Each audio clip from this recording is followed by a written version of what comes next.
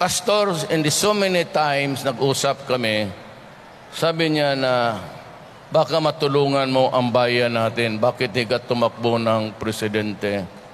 Sabi ko, Pastor, alam mo naman mahirap lang ako na tao. Wala naman akong kinita na I've been mayor of Davao 22 years. At lahat yan sa tulong rin ni Pastor. Sinabi ko, wala pera, matanda na ako, at wala akong ka-ambisyon.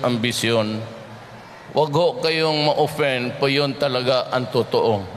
Wala akong balak maging presidente kasi ayaw ko magtrabaho kasi matanda na ako. Gusto ko na lang may mga umaga na ayaw ko nang tumindig. Diyan na ako sa kama, tapos nagtatawag na lang ako.